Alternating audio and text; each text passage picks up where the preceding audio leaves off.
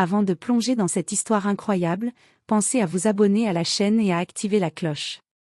Ici, chaque récit a quelque chose à dire, et vous ne voudrez pas en manquer un seul. La pluie avait cessé depuis peu, mais les pavés luisants de la ville reflétaient encore les lumières froides des lampadaires. Chaque goutte tombée avait laissé une trace humide sur le vieux banc où Émilie était recroquevillée. Ses dents claquaient, ses genoux tremblaient sous sa mince couverture, et l'odeur de l'humidité et de la poussière s'accrochait à ses vêtements usés. À 17 ans, elle avait déjà appris que le monde ne se souciait pas des filles comme elle. Sa mère était partie, la laissant seule face à une tante violente et indifférente. Depuis des mois, Émilie dormait sur ce banc chaque nuit, absorbant le froid, les regards méprisants et l'oubli de tous ceux qui passaient sans jamais la voir. Ses mains étaient rouges et gercées, et son sac à dos contenait tout ce qu'elle possédait, un cahier de dessin, une photo jaunie de sa mère et une peluche délavée. C'est alors qu'il apparut. Une silhouette massive s'arrêta à quelques pas. L'homme portait un costume noir, impeccablement taillé, et ses chaussures brillaient comme des miroirs sous la lumière des lampadaires. Il avait l'air d'un maître du monde, mais lorsqu'il observa Émilie, un frisson traversa son cœur. Il s'agenouilla légèrement, comme pour ne pas effrayer cette fragile créature. « Pourquoi dors-tu ici seule chaque nuit ?» demanda-t-il, la voix étrangement douce pour un homme de son apparence imposante. Émilie leva les yeux, méfiante. La peur était gravée dans ses pupilles, mais derrière elle se devinait une curiosité désespérée. Elle murmura son histoire, la perte de sa mère, la fuite du foyer de sa tante, la faim et le froid qui la tenaient éveillée chaque nuit. L'homme resta silencieux. Son visage, habituellement fermé et imperturbable, se crispa. Puis, sans prévenir, des larmes coulèrent sur ses joues. Des larmes d'injustice, de colère impuissante et d'empathie pure. Il venait de découvrir une vérité qu'aucune richesse, aucune réussite ne pouvait protéger, la vulnérabilité absolue de cette jeune fille, seule dans un monde qu'il avait oublié. Émilie, elle, sentit pour la première fois qu'elle n'était pas invisible. Son souffle tremblant se calma légèrement. Dans la pénombre, sous les lampadaires et le ciel lourd de pluie, deux âmes brisées se rencontrèrent. Et dans ce silence glacial, un fragile miracle commença à naître. Le lendemain matin, la pluie avait laissé place à un vent glacé qui balayait les rues. Émilie s'éveilla sur son banc, encore engourdie par la nuit passée. Ses vêtements étaient trempés et collés à sa peau. Chaque mouvement lui rappelait la douleur de l'absence d'un abri, d'un vrai repas chaud, d'un regard bienveillant. Mais ce matin-là, quelque chose avait changé. L'homme du soir précédent était là, assis sur le bord du banc. Son costume sombre contrastait avec le gris de la ville, mais ce n'était pas sa richesse qui frappait Émilie, c'était l'intensité de son regard, le mélange d'inquiétude et de sincérité qu'elle n'avait jamais vu chez personne. « Émilie, dit-il doucement, je veux t'aider. » Émilie le fixa, incrédule. Les promesses étaient faciles à faire pour les adultes. Mais dans sa voix, il n'y avait ni pitié ni jugement. Juste un réel désir de changer sa vie. « Pourquoi vous vous souciez de moi ?» murmura-t-elle, la voix brisée par l'émotion. « Parce que tu ne devrais pas être seule dans ce monde. »« Personne ne mérite ça, » répondit-il en prenant doucement sa main. Émilie sentit un frisson la parcourir, mais ce frisson n'était pas seulement dû au froid, c'était l'étincelle d'un espoir inattendu. L'homme la guida vers sa voiture. Chaque pas sur le trottoir humide semblait l'éloigner d'un passé de douleur et la rapprocher d'un avenir qu'elle n'avait jamais osé imaginer. Dans la voiture, Émilie observa le luxe autour d'elle. Les sièges en cuir, l'odeur douce du parfum d'intérieur et les vitres teintées créaient un monde complètement différent du sien. Pourtant, elle ne se sentait pas écrasée par la richesse, elle se sentait protégée, enfin. Jonathan, l'homme qui l'avait trouvée, ne parla pas beaucoup pendant le trajet. Son silence était rempli d'attention. Il semblait analyser chaque frisson, chaque expression d'Émilie, comme pour comprendre ce qu'elle avait traversé. « Chez moi, il y a un endroit pour toi où tu seras en sécurité, » dit-il finalement. « Pas seulement pour la nuit, pour longtemps, » ajouta-t-il avec un léger sourire. Émilie sentit une larme couler sur sa joue. Elle n'avait jamais entendu ces mots de la part de quelqu'un de réel. Les promesses n'étaient pas des mots vides. Dans cette voiture, pour la première fois, elle sentit qu'elles avaient un poids. Lorsqu'ils arrivèrent à la maison, Jonathan lui montra sa chambre, petite mais chaleureuse, avec une couverture propre, des vêtements à sa taille et une lumière douce. Émilie tomba à genoux, serrant la couverture contre elle, incapable de prononcer un mot. Jonathan resta à la porte, silencieux mais attentif. Ce jour-là, Émilie comprit que sa vie venait de basculer. Ce n'était pas seulement l'argent ou la sécurité qui comptait, c'était la première vraie attention qu'on lui portait depuis des années. Et pour Jonathan, chaque sourire timide d'Émilie, chaque larme enfin libérée, était un rappel que la richesse n'avait de valeur que si elle pouvait changer des vies. Dans cette maison, derrière ses murs imposants et ses portes massives, naissait un lien improbable, mais profond, celui de deux âmes brisées qui allaient apprendre à se reconstruire ensemble. Les premiers jours dans la maison de Jonathan furent étranges pour Émilie. Chaque son, chaque meuble, chaque objet semblait appartenir à un autre monde. Elle n'avait jamais vu de bibliothèque remplie de livres, ni de cuisine où tout était propre et parfumé. Tout était trop parfait pour elle, et pourtant, quelque chose dans cette perfection la rassurait. Jonathan, quant à lui, observait Émilie avec une attention silencieuse. Il avait engagé une gouvernante pour veiller sur elle, mais il préférait rester discret, laissant Émilie s'habituer à son nouvel environnement à son rythme. Chaque matin, il lui préparait un petit déjeuner chaud et s'assurait qu'elle avait tout ce dont elle avait besoin pour se sentir en sécurité. « Tu peux rester autant que tu veux », dit-il un matin, assis à la table avec elle. « Et si jamais tu as peur ou que tu veux parler, je suis là. » Émilie hocha la tête, encore méfiante. Elle n'avait jamais connu la stabilité ni la bienveillance constante. Mais elle ressentait dans cette voix une vérité qu'aucun mensonge n'aurait pu cacher. Peu à peu, elle commença à explorer la maison. Chaque pièce révélait un peu plus de confort et de chaleur, des tapis épais, des fauteuils moelleux, des photos de famille soigneusement encadrées. Mais ce n'étaient pas ces objets qui la touchaient le plus, c'était l'absence de jugement et le calme enveloppant. Pour la première fois depuis longtemps, elle pouvait respirer. Jonathan, de son côté, se surprit à sourire plus souvent. Voir Émilie rire timidement devant un petit oiseau sur le rebord de la fenêtre ou s'émerveiller devant un simple cahier de coloriage le bouleversait. Il réalisait que l'argent n'avait jamais été le vrai pouvoir était de redonner de l'espoir à ceux qui l'avaient perdu.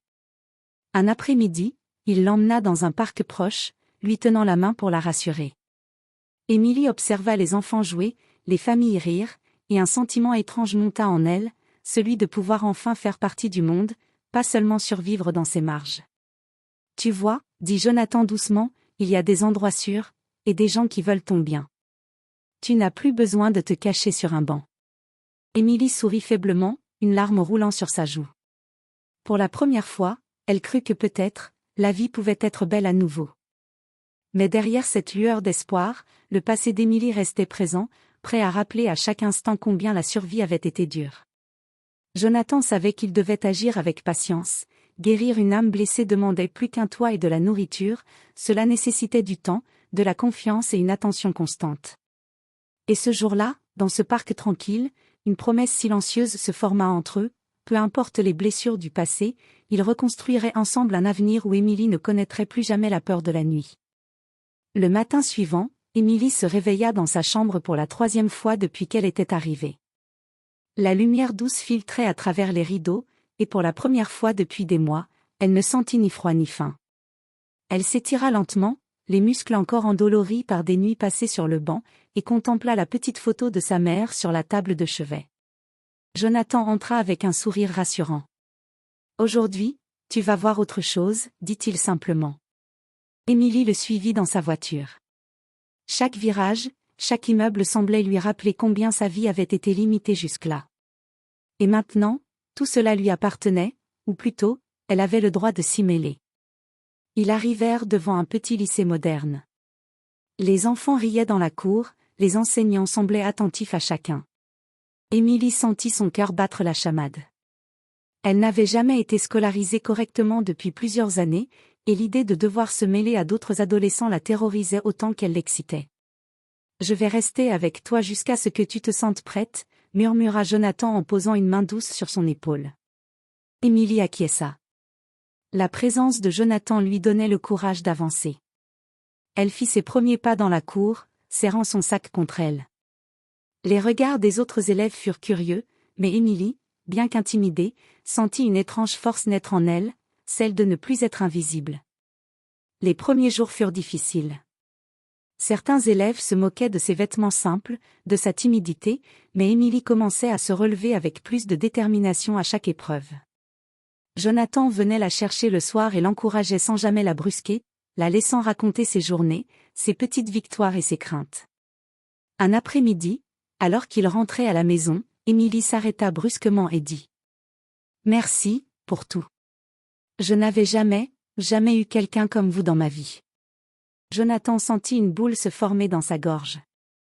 La voix fragile de cette jeune fille, remplie de sincérité et de reconnaissance, réveillait en lui des émotions qu'il avait longtemps refoulées. Depuis la perte de sa propre sœur des années auparavant, il s'était isolé dans son monde d'affaires et de richesses. Et maintenant, Émilie faisait tomber ses murs pierre par pierre. « Émilie, tu es forte, plus que tu ne le crois, » murmura-t-il, la voix étranglée par l'émotion. « Et je serai là pour t'aider à découvrir cette force. » Ce soir-là, en l'accompagnant à sa chambre, Jonathan réalisa qu'il n'avait jamais ressenti une telle responsabilité et une telle connexion. Émilie n'était plus seulement une jeune fille qu'il sauvait, elle devenait un miroir de ses propres blessures, un rappel que le cœur humain pouvait se reconstruire, même après des années de solitude et de douleur. Et pour la première fois depuis longtemps, il comprit que leur rencontre n'était pas un hasard, deux âmes brisées s'étaient trouvées pour guérir ensemble. Les semaines suivantes furent un mélange d'excitation et de nervosité pour Émilie. Elle découvrit que le monde pouvait être à la fois cruel et généreux. Certains élèves continuaient à la juger pour ses vêtements simples ou ses manières timides, mais elle apprit à se défendre, doucement, avec assurance. Les quelques amis qu'elle se fit étaient sincères et bienveillants, et pour la première fois, Émilie ressentit qu'elle pouvait compter sur d'autres que Jonathan. À la maison, Jonathan observait ses progrès avec une attention silencieuse. Chaque sourire qu'elle affichait, chaque succès à l'école était pour lui une victoire personnelle. Mais il y avait quelque chose qu'il ne pouvait ignorer, la peur, toujours présente dans le regard d'Émilie, et les souvenirs douloureux qu'elle portait encore. Une soirée, alors qu'Émilie racontait timidement une dispute avec une camarade, Jonathan s'assit près d'elle, la lumière douce de la lampe caressant ses traits. « Émilie, je sais que c'est difficile, » murmura-t-il. Parfois, la douleur du passé revient même quand on pense l'avoir laissée derrière. Émilie hocha la tête, les yeux brillants. Elle savait que Jonathan parlait d'expérience. Elle avait vu sa tristesse dans ses gestes, ses silences, dans ce léger tremblement lorsqu'il se souvenait de sa sœur perdue. « Vous aussi, vous avez mal, hein ?» demanda-t-elle doucement. Jonathan resta un instant silencieux, les yeux fixés sur ses mains. Puis il parla, pour la première fois de manière vraiment intime. « Oui, Émilie, j'ai perdu quelqu'un que j'aimais beaucoup. Et pendant des années, j'ai cru que je pouvais ignorer ma peine en travaillant, en accumulant des richesses. Mais rien ne remplace le vide que la douleur laisse. » Émilie sentit une connexion nouvelle se créer. Elle comprit que la souffrance n'était pas un fardeau qu'elle portait seule. Jonathan, malgré tout ce qu'il possédait, connaissait aussi le poids du chagrin et de la solitude. Cette révélation lui donna du courage et un sentiment d'appartenance qu'elle n'avait jamais connu. Dans les semaines qui suivirent, Émilie s'ouvrit davantage. Elle rit plus souvent, osa exprimer ses opinions à l'école et à la maison, et commença même à raconter à Jonathan ses rêves pour l'avenir, devenir artiste, écrire des histoires et aider d'autres jeunes comme elle. Jonathan, de son côté, apprit à se libérer de sa propre douleur à travers sa protection et son amour pour Émilie. Le lien entre eux se renforçait chaque jour. Deux âmes brisées, séparées par des expériences différentes mais similaires dans leur intensité, commençaient à guérir ensemble. Et dans cette maison, derrière les murs luxueux et les fenêtres grandes ouvertes sur le monde, une lueur d'espoir persistait, celle de deux cœurs qui avaient trouvé en l'autre la force de se reconstruire. Mais au fond, Jonathan savait que le chemin serait long. La vie n'était pas seulement une succession de journées douces. Des épreuves inattendues les attendaient encore, prêtes à tester leur courage et leur résilience. Et Émilie, malgré sa nouvelle confiance, allait découvrir que la vraie force ne réside pas seulement dans la sécurité, mais dans la capacité à affronter la douleur du monde avec détermination et dignité. C'était une journée ensoleillée, et la cour du lycée était pleine de rires et de cris d'élèves. Émilie avait déjà commencé à se sentir un peu à sa place. Elle avait quelques amis sincères et commençait à comprendre les codes de l'école. Mais la vie, comme toujours, avait un moyen cruel de tester même les plus résilients. Lors de la pause de midi, alors qu'elle s'asseyait sur un banc avec ses amis pour manger son déjeuner, un groupe d'élèves connus pour leur arrogance et leur moquerie s'approcha. L'un d'eux, une fille du nom de Vanessa, pointa Émilie du doigt avec un sourire moqueur.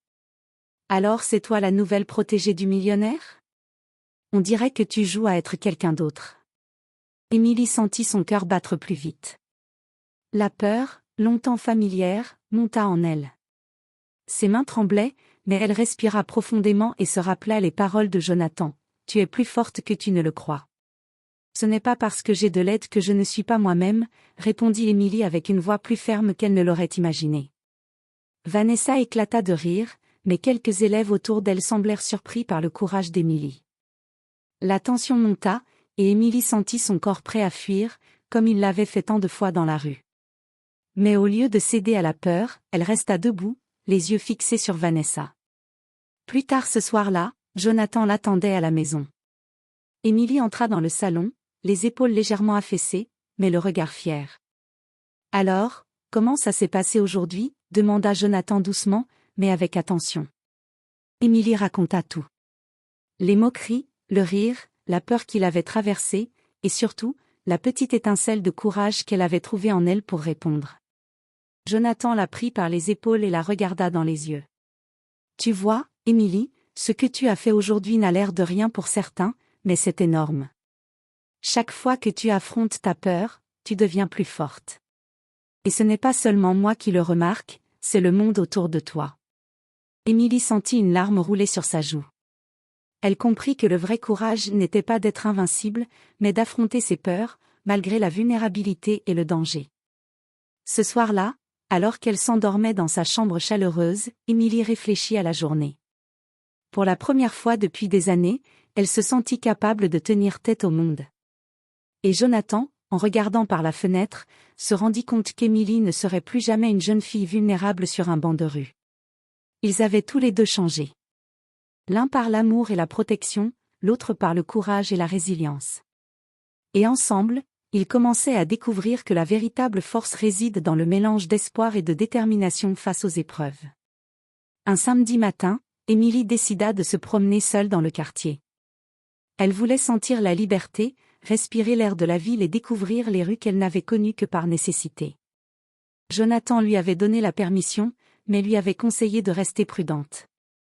Elle marchait tranquillement, un sac léger sur l'épaule, quand elle entendit des voix agressives derrière elle.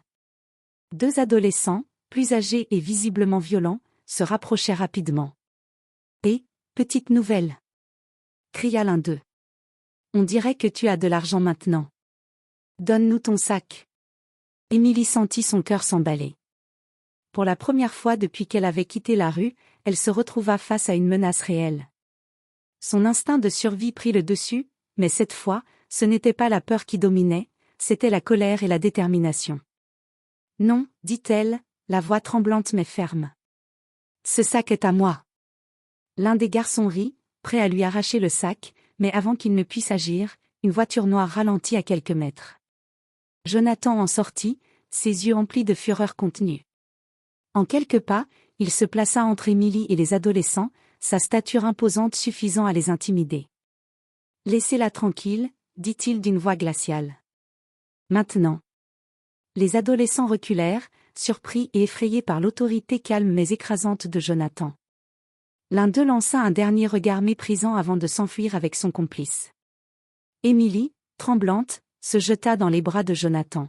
« Merci, merci d'être venu, » murmura-t-elle. « J'ai eu si peur. » Jonathan la serra contre lui, ressentant toute la vulnérabilité qu'elle avait dû porter seule pendant des années. « Émilie, tu as fait preuve de courage en restant sur place et en te défendant, » dit-il doucement. « Mais tu n'as plus à affronter ce genre de danger seule. Jamais plus. » Sur le chemin du retour, Émilie comprit quelque chose d'essentiel. Le courage ne signifie pas ne pas avoir peur, mais affronter ses peurs avec quelqu'un sur qui l'on peut compter. Jonathan n'était pas seulement son protecteur, il était devenu un pilier de sa vie, un symbole de sécurité et de confiance. Cette expérience marqua Émilie profondément. Elle commença à comprendre que la vie pourrait encore être dure et injuste, mais qu'elle n'était plus seule pour l'affronter. Et pour Jonathan, chaque instant où il la voyait se relever, se défendre ou sourire malgré tout, était un rappel bouleversant de la valeur de sa présence dans cette vie.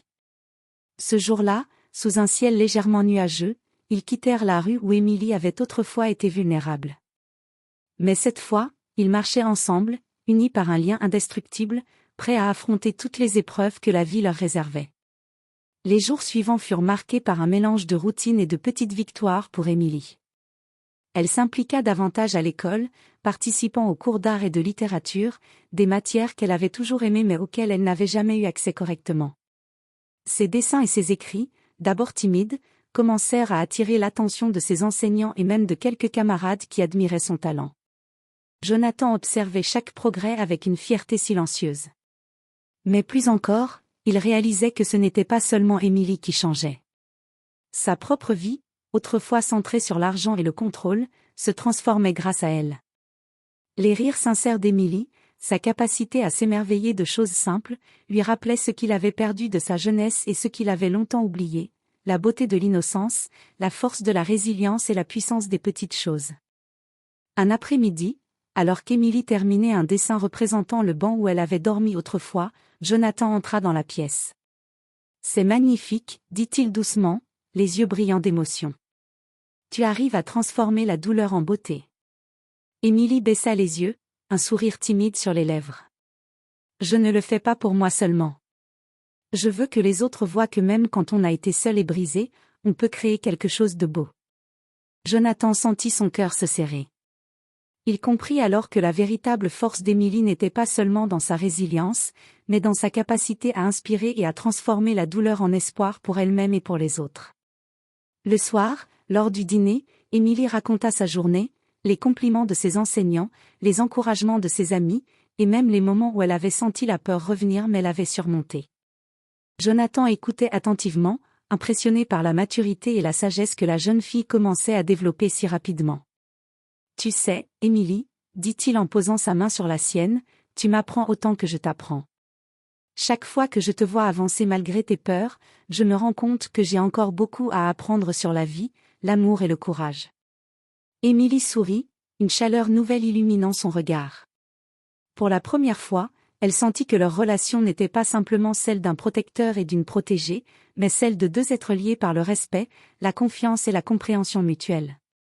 Cette semaine-là, Émilie participa à une exposition d'art à l'école, montrant son dessin du banc et de la nuit où sa vie avait commencé à changer. Les visiteurs furent touchés par l'histoire derrière son œuvre, et Émilie ressentit une fierté profonde.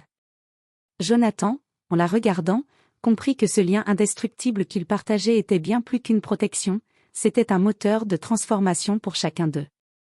Et pour Émilie, chaque jour devenait une preuve que même les blessures les plus profondes pouvaient se transformer en quelque chose de beau, tant qu'il y avait quelqu'un pour croire en nous, même dans les moments les plus sombres.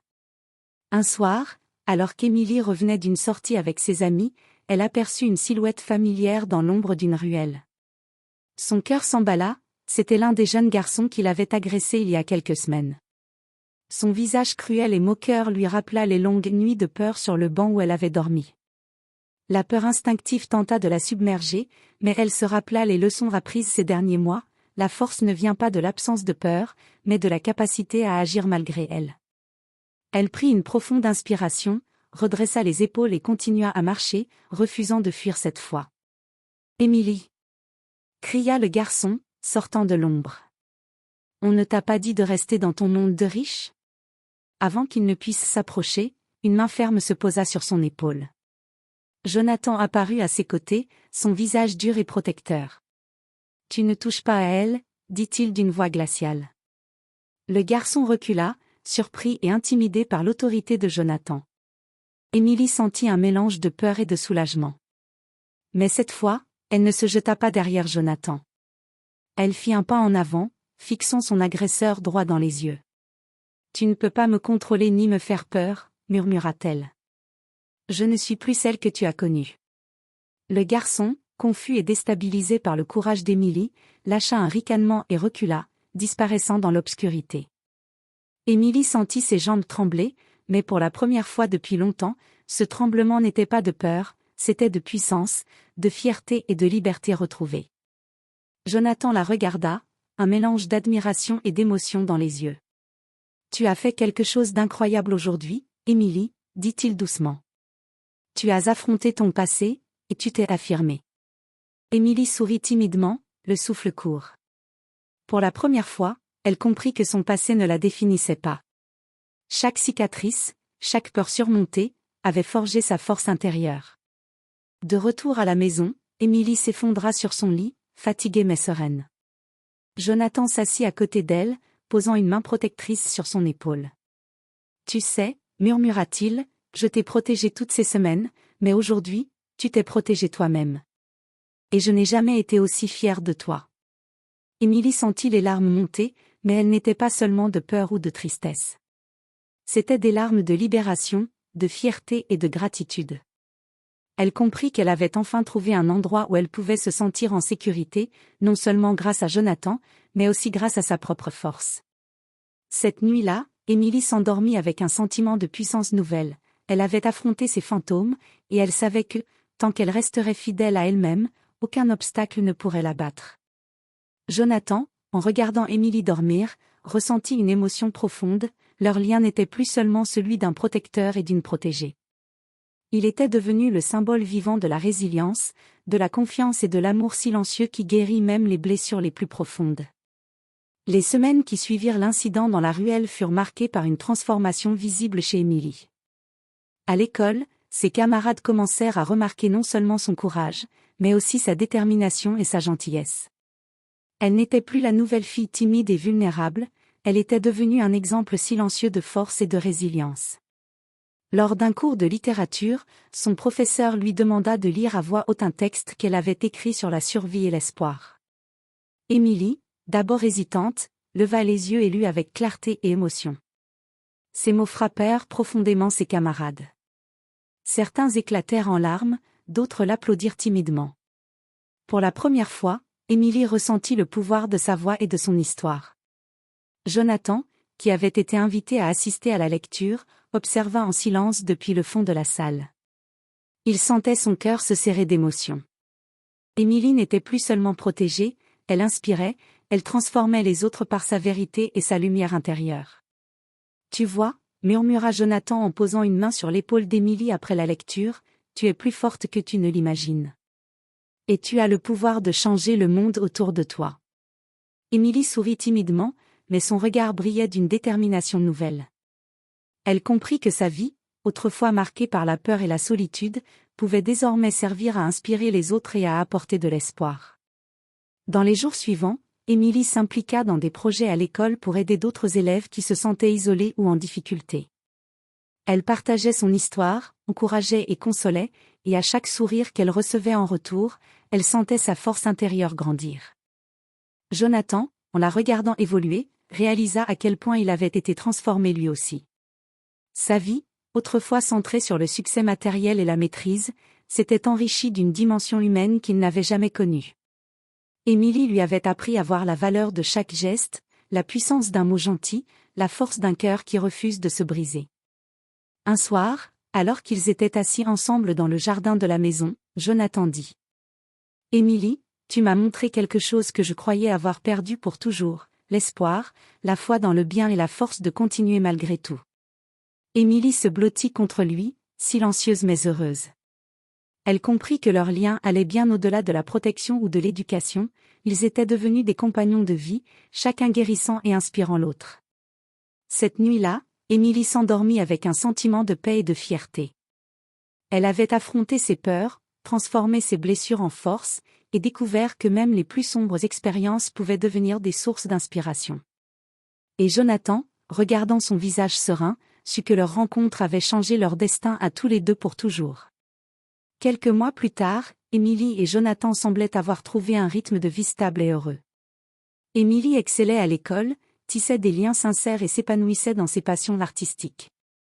Jonathan, lui, avait appris à ouvrir son cœur et à vivre pleinement les émotions qu'il avait longtemps réprimées.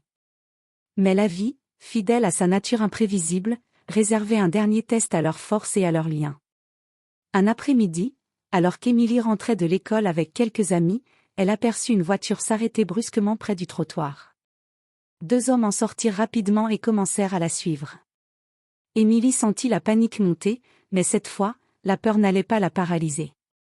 Elle savait qu'elle n'était plus seule. « Émilie !»